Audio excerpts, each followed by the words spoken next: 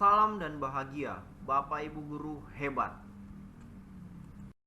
Perkenalkan, saya Liber Sianipar, calon guru penggerak Angkatan 8 dari SDN Johar Baru 01 Pagi, Jakarta Pusat. Dengan fasilitator Ibu Fitria Damayanti dan pengajar praktik Ibu Nunung Widyaningsih. Pada kesempatan ini, saya akan memaparkan demonstrasi kontekstual modul 1.4 budaya positif mengenai penerapan segitiga restitusi.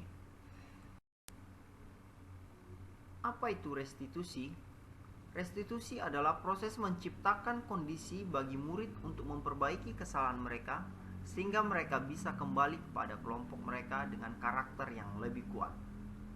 Atau restitusi juga adalah proses kolaboratif yang mengajarkan murid untuk mencari solusi untuk masalah dan membantu murid berpikir tentang orang seperti apa yang mereka inginkan dan bagaimana mereka harus memperlakukan orang lain.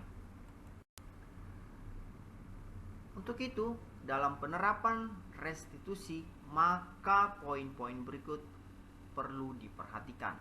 Poin pertama, restitusi bukan untuk menebus kesalahan, namun untuk belajar dari kesalahan. Poin kedua, restitusi menuntun untuk melihat ke dalam diri. Jadi, restitusi adalah tawaran, bukan paksaan. Poin ketiga, restitusi fokus pada karakter, bukan tindakan. Maka restitusi itu akan mengembalikan murid yang berbuat salah pada kelompoknya.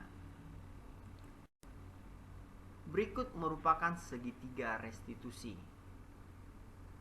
Terdapat menstabilitaskan identitas, validasi tindakan yang salah, dan menanyakan keyakinan. Dalam penerapannya, maka berikut merupakan tahap yang harus dilalui. Pertama, menstabilitaskan identitas. Hal ini dilakukan berdasarkan prinsip membuat kesalahan adalah bagian dari proses pembelajaran. Dengan demikian, maka dapat berperan menggeser identitas gagal ke identitas sukses. Pada tahap kedua merupakan validasi tindakan yang salah. Pada tahap ini dilakukan berdasarkan prinsip setiap perilaku berupaya memenuhi suatu kebutuhan tertentu. Maka dengan demikian dapat mengenali dan mengakui kebutuhan murid ini dapat memperbaiki hubungan dengan murid. Tahap ketiga yaitu menanyakan keyakinan. Pada tahap ini murid akan diberikan pertanyaan-pertanyaan yang bermakna untuk memunculkan motivasi intrinsik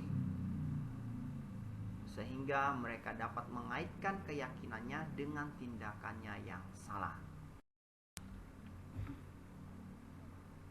Mari kita menyaksikan penerapan segitiga restitusi.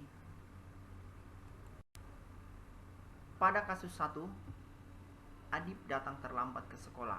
Adip tampak sedih karena ia merasa akan diejek oleh teman-temannya. Ia juga merasa kesal karena ia menganggap bahwa keterlambatannya merupakan kesalahan ibunya yang tidak memaksanya untuk bangun seperti biasa. Berikut skenario kasus 1. Adip, hari ini pas saya dipanggil ya, kamu tampak sedih. Iya Pak, soalnya hari ini saya terlambat. Saya takut diejekin ini Pak. Sama sebenarnya saya juga ada rasa kesel Pak sama mama saya. Soalnya nggak dipaksa bangun. Oh begitu ya. Apa yang kamu rasakan itu sebenarnya hal yang wajar sih. Tapi pada saat ini kita tidak fokus mencari siapa yang harus disalahkan, tapi kita fokus untuk mencari solusi. Maaf Pak karena sudah terlambat. Baik Adip, tapi kamu patut bangga juga terhadap dirimu sendiri karena meskipun sudah terlambat, kamu tetap memilih tetap masuk sekolah. Pak Sianipar, bisa tahu nggak apa yang menjadi alasan kamu melakukan atau terlambat hari ini? Saya tadi malam nonton sampai larut malam Pak. Sehingga waktu paginya saya agak sulit untuk bangun. Oh begitu ya. Nah, kamu sudah mengetahui, menyadari apa yang menjadi kesalahan kamu nilai keyakinan diri atau kelas apa saja yang sudah kamu langgar? Yang sudah saya langgar adalah kedisiplinan, rasa bertanggung jawab, dan tidak fokus dalam kegiatan. Ya benar, apa yang kamu sampaikan itu sesuai dengan keyakinan kelas atau keyakinan diri yang baik. Nah, setelah kamu mengetahui hal itu, apakah kamu berkeinginan untuk memperbaikinya? Pak, saya tidak akan tidur inginkan sampai larut malam dan akan memasang alarm supaya bangun tepat waktu. Oke, apa yang kamu sampaikan itu sudah sangat baik. Semoga kamu dapat memperbaikinya. Nah, sekarang kamu bisa masuk kelas dan melanjutkan kegiatan belajar dengan baik. Baik, Pak. Assalamualaikum, saya Arif dari kelas 6. Saya merasa senang dan nyaman berdiskusi dengan Pak Guru. Karena itu saya bisa tahu kesalahan dan solusi terhadap masalah saya. Saya menjadi tahu apa yang saya harus lakukan ketika saya datang terlambat. Dan saya dapat bangun lebih tepat waktu supaya saya datang tepat waktu. Terima kasih. Selanjutnya, kasus 2. Rafael sedang bermain bola bersama teman-temannya pada jam istirahat. Beberapa saat kemudian Radit datang dan memaksa untuk ikut bermain juga. Rafael dan teman lainnya tidak menghiraukannya. Radit kemudian menendangi bola sesuka hatinya, bahkan sampai mengakibatkan kerusakan pada bola.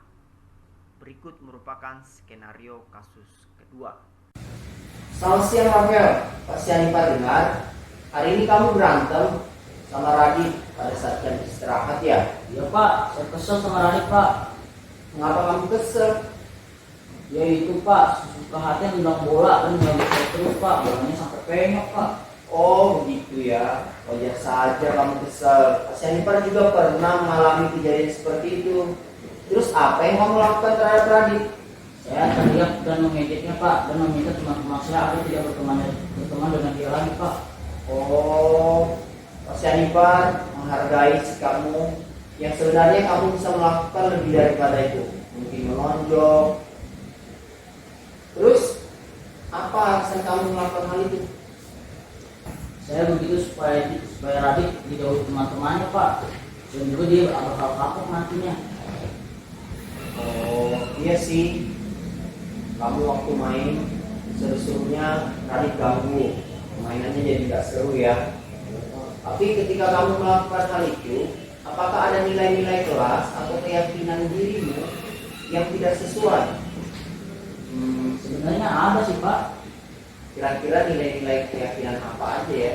Saling menghargai, saling berteman, dan saling memaafkan Pak. Tepat sekali apa yang kamu katakan. Terus, apakah kamu mau melakukan nilai-nilai itu untuk memperbaiki situasi ini? Iya sih Pak, saya mau. Oh, bagus. Kapan kamu akan melakukannya? Hari ini Pak, saya bakal bertemu Radit Pak, minta maaf. Oh, apa yang akan kamu lakukan kepada Radit? Mungkin saya akan berdamai dan meminta maaf kepada dia Pak. Jadi saya merasa bersalah dengan dia Pak. Oh, baiklah Rafael. Terima kasih kamu sudah menyadari apa yang menjadi kesalahan dan harus diperbaiki ke depannya. Kalau begitu, kamu boleh kembali ke kelas dan melanjutkan pembelajaran. Assalamualaikum warahmatullahi wabarakatuh. Saya Rafaelio dari kelas 6. Saya senang berdiskusi dengan Pak Guru. Bahkan saya mendapatkan solusi yang tepat dalam menghadapi masalah pertemanan. Bahkan saya mendapatkan dan mempelajari nilai-nilai baik dalam pertemanan. Terima kasih. Terima kasih atas perhatiannya. Semoga bermanfaat.